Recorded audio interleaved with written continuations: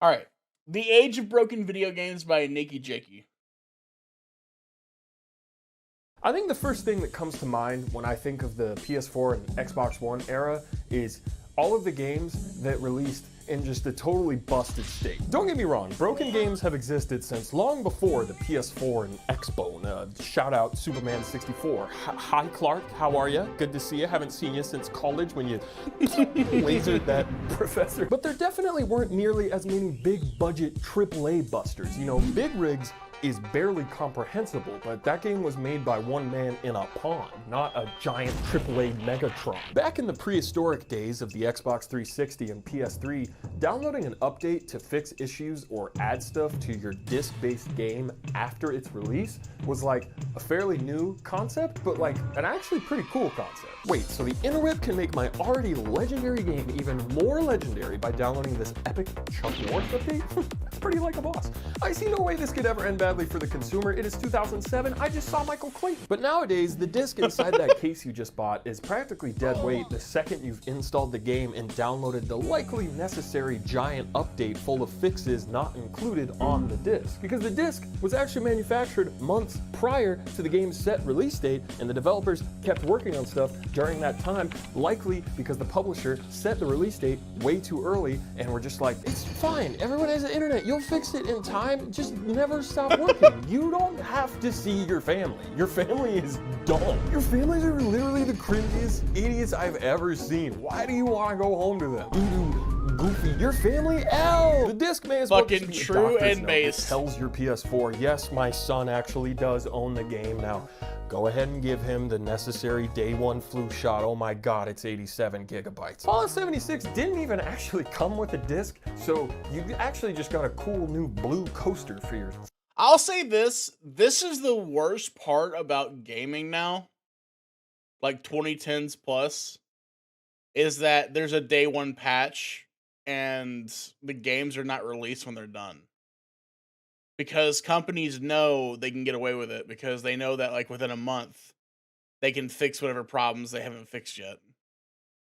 And like to a degree, day one patches and idea are great. Like, oh, I can fix something that was game breaking that just slipped through the cracks. But like more often than not, it's used as a way to get shitty content out fast to get money faster. And it fucking sucks. Psychotic Reddit dungeon. Basically, if you don't have internet access nowadays as a gamer, you're screwed. But my goal with this video isn't just to be like, wow, things used to be better back in the day and now they're all bad, grr, because it's not that simple or true. Big budget broken video games exist for a lot of reasons. The first one being making video games is just really, really hard. I have been openly critical of many big budget AAA games on this channel, but I hope that I have always made one thing very crystal Pepsi clear. A lot of very talented people work very hard for very long, crunchy Nature Valley hours to make even seemingly simple stuff like this possible. Yeah, it's not their fault, right? Well, it's not even their fault. It's just the fact that, like, the people need money. And because they want money, they post things fast and too quick and way too soon. And it's crazy. And in order for a game to be even considered pretty good by the general public, gameplay, sound, story, characters, performance, all of these things have to perfectly align in the gamer night sky. Obviously, modern technology has made creating virtual worlds a lot easier than it was back in the 80s. I'll be real, that's not true. All you need is to release something that's not broken and generally has a good concept and works. You don't need 5-star acting. You don't need big production. You don't need that shit. It's helpful. It's nice. It's like the icing on top of the game. But in reality, you don't need that to make a great game and to make people happy. Like, if God of War was a silent protagonist and he was just running around beating people to death, people would fucking love that game. That game would be adored by everyone. Everyone would be like, oh my god, I'm killing so many fucking Vikings. Like, that's the cool shit. That's why people play God of War. Like, the story stuff is cool, and we all love the story of God of War. We love Kratos. We love Atreyu. We love their journey. But like, if that wasn't in the game and all we had was big bald man beats shit to death with an axe, we'd all be losing our mind. We'd have so much fun doing that. That'd be great. That's still a great game. I'd have a fun time just beating things to death. Just saying. Or 90s, and I think we often take that for granted. We've come a long way from the days where 3D was a bit more of a fluid, abstract concept like jazz, and you aimed a gun with the same finger you drove James Bond with. But with better tools and better hardware comes bigger projects, with bigger budgets, with bigger teams, with bigger lists of bigger problems that your big ass better fix with your big tractor. And if you've ever been hanging out with a big group, you know that even doing something as simple as deciding where to go for dinner can quickly become a f***ing boss fight. Especially, I mean, that's true. Like, gameplay matters the most. Unless the game is a story game. Like, I forget the name of the game. It's not Stranger Things, but Life is Strange. Life is Strange. I don't really give a shit about the gameplay. There's not really any gameplay to be had. It's like modern point-and-click adventure. And you know what? I don't care about gameplay in a point-and-click adventure. I'm just there for the story. Really. I'm there for the story, man. I'm all there for the story, and that's all I'm there for. And you know what? That's fine. That's all fine. They all have their little bitty things that they're there for. Okay? when your friend's mom, who's paying for the dinner, has all these crappy dinner demands because she's trying to satisfy her dinner shareholders. This metaphor is getting a little goofy. I think you get the point. I know half of you are just thinking about Michael Clayton still. So I think the first obvious reason for AAA games releasing in a broken state is that game development is just insanely hard and requires so much dedicated collaboration and efficient time management, and it's a miracle that any video game ever gets finished and even exists at all, and all video. The crazy part that blows my mind is games like Stardew Valley, right? That if they were made in like the 90s, would have been developed by a group of like 10 guys. Okay? But Stardew Valley is made by one motherfucker with a passion and a dream now. Because technology has gotten so far that indie devs have so much more available to them that they can create really good titles. Like Stardew Valley would have been like the most goated title for the SNES, like back in like the 90s or before that. Like it would have been like, wow, holy shit, guys, this is like the best type of Harvest Moon. Blow your mind out of the water. Video games should go to heaven. The second reason is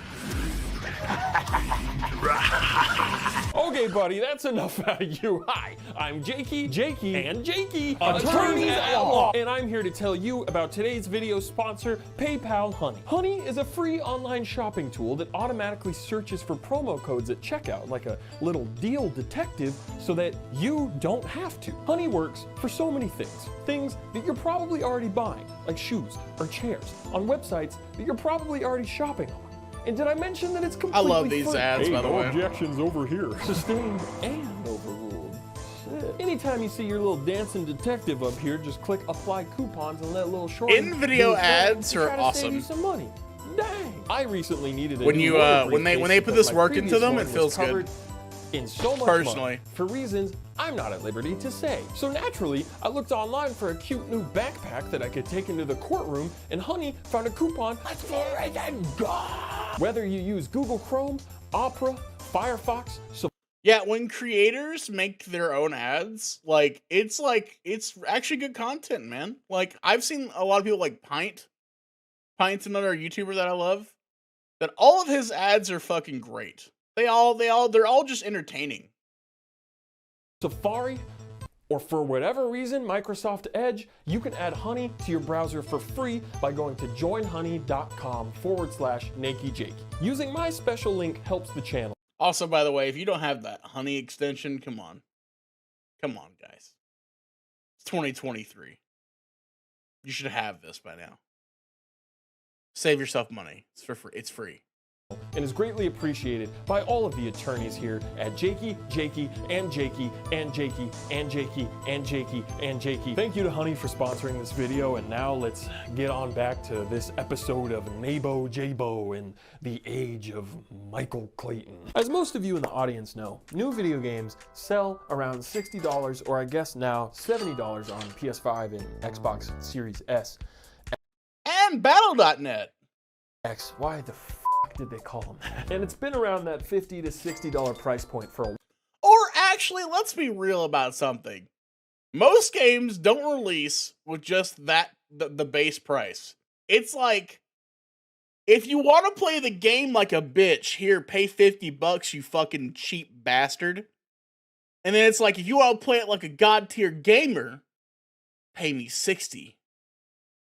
Now, if you want to pay it like a god, pay me $90. And if you want the special deluxe epic go fuck your mother edition, here, pay $150 and give me your firstborn child. While, even though AAA games take way longer to make now and have way bigger budgets than back in the day when I was star quarterback. So because of all that, and also inflation, in some cases, it's kind of a steal to get a game like Elden Ring for only $60 when Eternal Ring was $50 23 years ago. And the swords in that game are tiny. They're not nearly as girthy or as long as Elden Ring. You go out in public with that shrinking ink, I'll kick your ass. Donkey Online has a really good video about video game pricing that you should go watch later, but not right now. If you leave, you won't see how I learned how to spin. I'm gonna spin later. You're gonna wanna see that. So if you're a company whose main priority at the end of the day is just to generate as much profit as humanly possible, why not cut a few corners, assuming that your reputation isn't all that important to you. Because if it's a choice between A, spending millions of dollars for every month that you lengthen development time to ensure that you release a relatively bug-free and finished product, and hope it eventually pays off because lots of people recognize that it's good quality and buy it and sing your praises and you win awards at the big show and Jeff goes, "Oh man, your game is so big, it's the biggest game I've ever seen, dude." Which is all a very big gamble. Or B, set a very unrealistic release date that you know damn well you will not make and force your team to crunch their asses off only to still release a broken game that you'll maybe eventually fix with a giant update long after release and after you've already made all your money. And to make sure you definitely see a return on your giant investment and satisfy your investors, you do all these pre-order bonuses and fancy trailers with celebrities just to guarantee that people buy your game before gamers can even know that the game is busted as hell, because you've also made it so that no publication can drop a review for the game until the day the game comes out, which should be illegal. Yeah, if the only thing you care about is sales. It did what? Dude, so easily people forget things.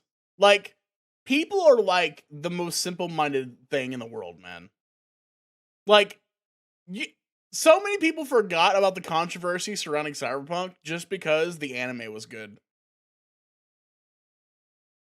The anime was good, and it, like, changed everyone's opinion about Cyberpunk completely. Like, it became a good game overnight because of an anime. Isn't that nuts? In your quarterly reports, you're definitely planting at bomb site B, just like Ubisoft and EA and Bethesda and Square Enix and Activision and CD Projekt Red and Microsoft. Like several times. You very rarely see Sony or Nintendo or Rockstar publish a big broken unfinished mess because they know that their reputation is a big reason people purchase games that have their cute little sexy logos in the corner. The Last of Us Part 2, Ghost of Tsushima, Spider-Man, God of War, all of these.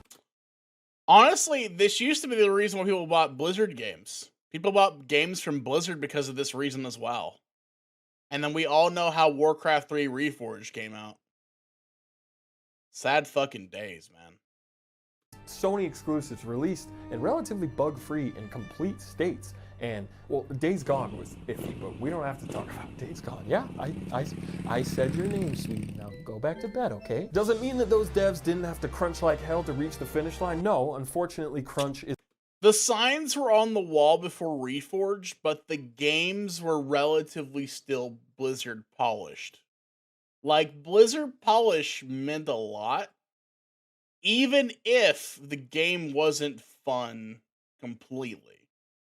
Like, the game still came out in a complete state that we all were assured it would. Like, there's something special about Blizzard games in general when you play them that I just can't like thoroughly explain. And when my friends and I played the beta for Diablo 4, we all kind of felt the same thing again, where it's like, "Oh, this is like the D3 thing we felt before. We played a game and it just worked and it felt good." Have a review coming out for that, by the way, I think this week. Is a huge problem across the entire industry, and even Golden Girl Decade-old, yeah, publishers of and course. developers like Sony and Naughty Dog aren't exceptions to that. It's still very much not ideal. But apparently even Golden Girls like Nintendo or Rockstar, companies with some of the highest rated games of all time under their championship belt, they push Site B too. D3 had, okay, so like launching a game has always been a struggle for Blizzard because they're online titles. And that goes for some of the best expansions in World of Warcraft's history. Like, people just can't fucking log on to the game. Same thing happened with Diablo 3. Diablo 3, you just could not get on to for like 2 weeks. You couldn't log on to it. But it's still, when you got on it though, like, there was this like Blizzard polish that is like, it's indescribable. It's really hard to explain. Like, a lot of games when they release, just kind of like, there's like this soft film of like, it could be better. I don't know how to explain that any better than that.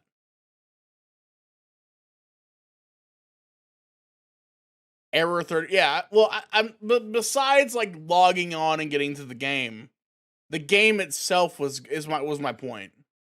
Right. 100%. The game itself was good though. That's what I mean. It's B, rush B, rotate B, rotate B. The GTA Definitive Trilogy was one of the most appalling and disappointing re-releases of a beloved franchise that the world has ever seen. And this is Rockstar, the company that put out this game, and this game, and this game, and this game. And fuck it, even this game is amazing. And you know money isn't tight with how much of a cash cow GTA 5 continues to be 10 years later. Like, this isn't an indie publisher rushing out Hog Simulator 3 because they're strapped for cash after their Kickstarter failed. No, this is Rockstar. It's just greed. I don't know if it falls on Rockstar or their parent company Take-Two, but at some point, someone or someone's somewhere said, "F it, we'll do it live!" And Nintendo, they just published the 2 lowest rated mainline Pokemon games to ever exist. Games now famous online for their hilarious bugs. And see, this Pokemon game has the opposite problem. The actual, like, gameplay loop was fun. But like, it's an unpolished mess. It's a literal unpolished mess. But I still stand by the fact that like, it is probably my favorite Pokemon game. Even though it's an unpolished mess, because there's a lot of great concepts in this game. There's a lot of great quality of life concepts in this game that the other games do not have. The other games do not have the quality of life that this game has. At all. Like, to a slight degree at all. Like, this game has everything you want and need in the right places at the right time. Everything. It has not only 8 gym battles, it has like 5 really important boss battles outside of that, then 5 really important fun bosses there. And then at the very end, you have a really good encounter with, like, the end boss. Like, the story is also the best it's ever been. The story in this version of the game is the best story in any Pokemon game ever. It's just great. It's really well. It's a very good character story, character-focused story. It's not like a grandiose, like, the world's ending story, like every other Pokemon game is. But it's a character-based story that is really important. Yeah, I think it is my favorite, 100%. it's a unpolished mess, and it needs to be fixed. There needs to be it needs to have a remaster already because it's just that bad. But like the gameplay, the quality of life systems, the story are all 10s, all of them. But the hardware is like a 3. And I ain't talking about Caterpie. And even if there's a fun game buried underneath all the bugs, it should be illegal to advertise and sell a product in this state. And that brings me to my final reason that I think broken AAA games will continue to exist. You. I touched on this in my ads and video games video, but oh my god. If this game came out in the separate game and not carrying the name Pokemon, I would hate it.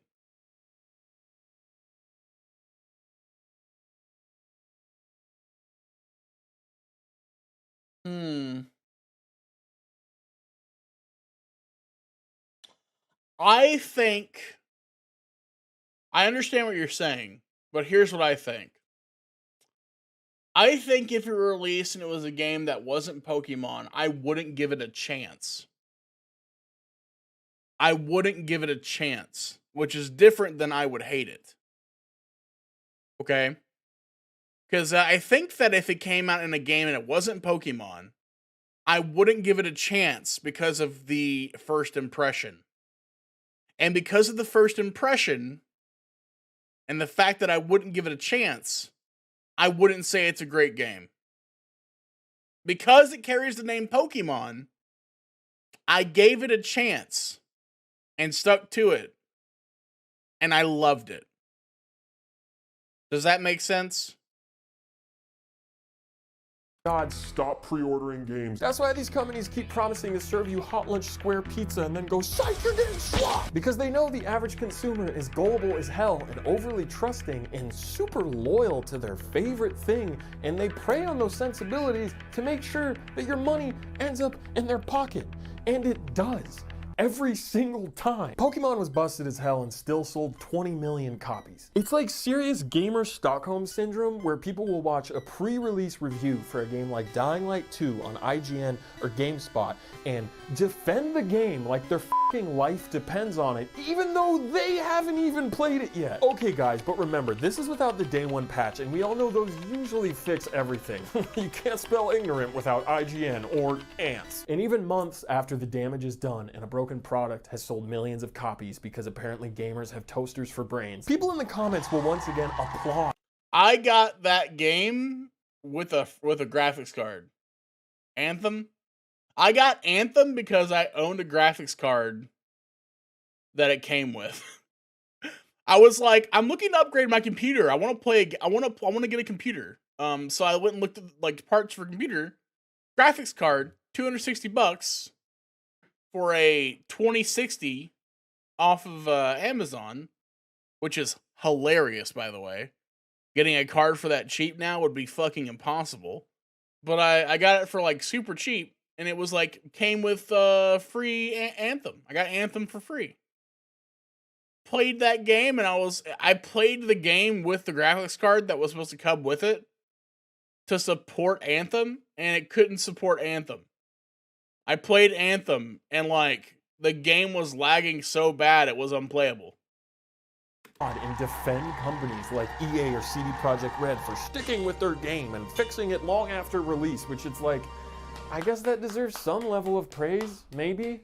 You know what I mean? It's like you buy a taco for the full price because you were advertised a full taco on the fucking taco screen. And when you get that taco, you open up the greasy paper just to see a busted ass half taco shell with only beans on it. Only beans. Oops, all beans. And then 6 months later, a Taco Bell employee rings your doorbell and gives you the other half of that busted taco that still doesn't have all the meat on it that they promised. Just has cheese. And your response is to start clapping? Like, what the fuck? And don't get me wrong, definitely throw love to the hardworking individual devs that actually got in the crunchy taco shell trenches and coded this broken mess back together. But give zero fucking credit to the shitty overlord Taco Bell EA Corporation responsible for that broken taco that you paid full price for in the first place. God damn it, I need a taco or at least a churro to the throat. God. A lot of initially broken games can eventually blossom into really good ones, like No Man's Sky, Master Chief Collection. Final Fantasy XIV was like completely reborn, pun intended, and people love it now, and that's awesome. But this cycle will repeat as long as gamers continue to buy games and pre-order games before even knowing if it runs. It won't stop either. Like, people buying and pre-order games will not stop. It won't. The only way it'll stop is if a company does something so bad that people lose faith in the company itself. Like, for a short while, like I've said before, the players of Blizzard Entertainment who play Blizzard games literally tanked everything they had. Like Blizzard lost so much money, it's stupid. Like, the players spoke with their dollar really well to get them to fix the things that they had broken. It can happen, but getting so many gamer-brained people together to come up and do the same thing at the same time is nigh on futile unless the person is doing fucking war crimes. Unless the company is doing war crimes, it's fucking nigh on impossible to get people to not play their fucking video game.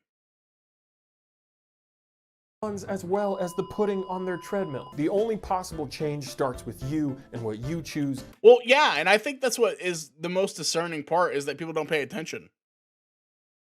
And it's fucking depressing. It's depressing not because people don't pay attention, but because you know that it doesn't matter what you do. That's the part that's depressing. Do you know how many fucking videos are on my YouTube channel that are just me talking shit about Bobby Kotick and how shit microtransactions are? Like, there's some of the best videos I have on my YouTube channel. Or just me shitting on the fact that, like, we got another storm out this month. like, but no one gives a fuck. They still buy them. Fuck, my wife buys them. I talk to her. I've had conversations about it. And she told me the same thing that I've come to realize. Because she has the wisdom of a god. And she's like, yeah, I know that. No one else gives a fuck, though. It's 100%. She's completely right. It doesn't matter what you do. Because everyone else will not do anything. I think it's 100%. I think she's right. She's 100% right. I don't think it's giving in. I think it's just caring about your own personal enjoyment. And not caring about, like, if everyone was together on something, sure. Like, we'll do it. But, like, I think people just got to the point where they just don't care. To spend your money on. Otherwise, we're just gonna keep getting anthems shoved into our ant holes. But you know what they say, you can't spell NakeyJakey without Jane. Or Kevin. I'm gonna start uploading more stuff to Jaquan the Jequel, so if you want to go subscribe to my twin, you can get some indie slop in between my AAA Prestige exclusive DLC Nakey content. Thank you to Honey and NakeyJakey and Jakey Attorneys at Law for sponsoring this video. Get at me on Instagram or Twitter, or don't. I can't enforce that as I am not your legal guardian, and I'll see you next time on The Gamer Wars. It's good to be back. That's a good video. I'm excited. I like that. I don't know why I'm not subscribed to this channel, but I should be. Self-control comes from self, not about what your group around you doing.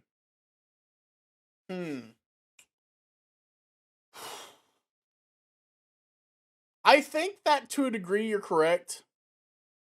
You can't see me right now, but my arms are crossed. I think to a degree you're correct. I think there comes a point where you have to make a decision. And you have to weigh a lot of things in your mind. But I also believe that it's a lot more complicated than this company did something bad and I must make a stance. Because there's a lot of things that go into a game that isn't just corporate greed and corporate big head guys bad. Like, for a Blizzard game, for instance, right? We're gonna talk about Diablo 4 because it's the most readily available thing to talk about that. And complacency is 100% a bad thing. I'm not advocating for complacency, but I am saying that it's fine to be realistic and think about it in a realistic way. Now, Diablo 4, right? Let's talk about that because that's the most readily available topic we have. Diablo 4 was made by passionate people, and the developers of that game love the game. Now, Bobby Kotick and Mike Ybarra are pieces of shit. I thoroughly believe they're pieces of shit. I think the company in general, the people who run shit, are pieces of shit. But, like, are the people who made the game bad? No. I don't think they are. And I think that, like, if you like the game or you like the thing, you're not a bad person for wanting to play that game. Even if it is, like, in an early beta with your friends.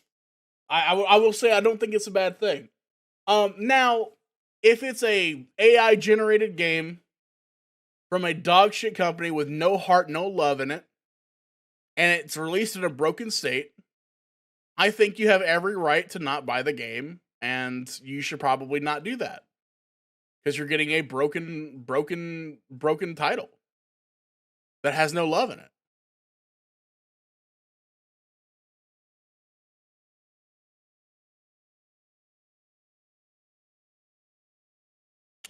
Yeah, I mean, I try. So, like, in general, I don't pre-order almost ever. I think I've pre-ordered one game other than Diablo 4, and it was Elden Ring. I pre-ordered Elden Ring, because I got caught up in the hype of that game. That was the first time I've ever bought a Dark Souls game in advance. Was that one game? I think that in general, pre-ordering can be a really bad idea. I will say that, like, from a consumer standpoint, companies make it harder and harder and harder to not pre-order, though. And that's usually because they know how to manipulate you. I will say, like, right now, right, for Diablo 4, something that everyone hates is that if you pay for, I think it's the $90 edition, if you pay $90 for Diablo 4 right now, you get a 4-day head start playing Diablo 4. Which is slimy. It's slimy. But you know what? Lost Ark did the same thing. Several other companies that I've played their games of have done the exact same thing. And I never thought to even, like, consider that being a problem. But now, like, because I look at Blizzard with such a critical eye, when they do something like that, my brain goes, "Oh, okay, you're being greedy right now."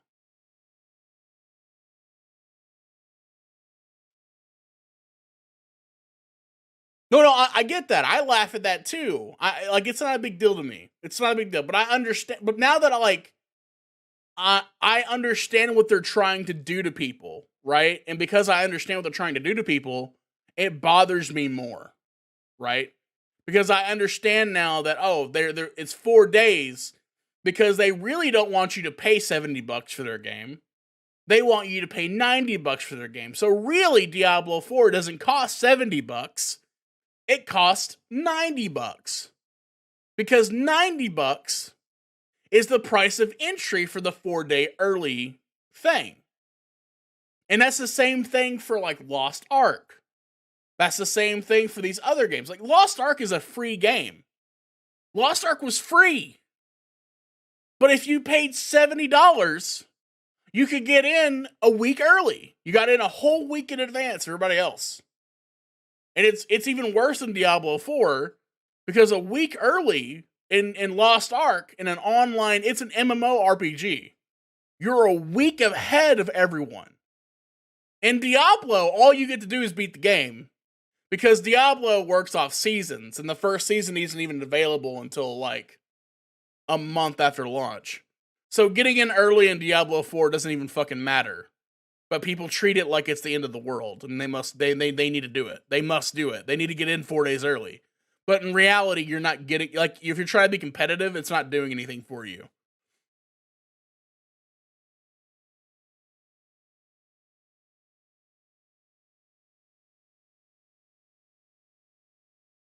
Yeah, exactly. I think, yeah, 100%. Do you need to be that competitive? I don't know. I think that's stupid. A younger me, Coda, a younger me would have been like, yeah, of course. Of course I need to be the best.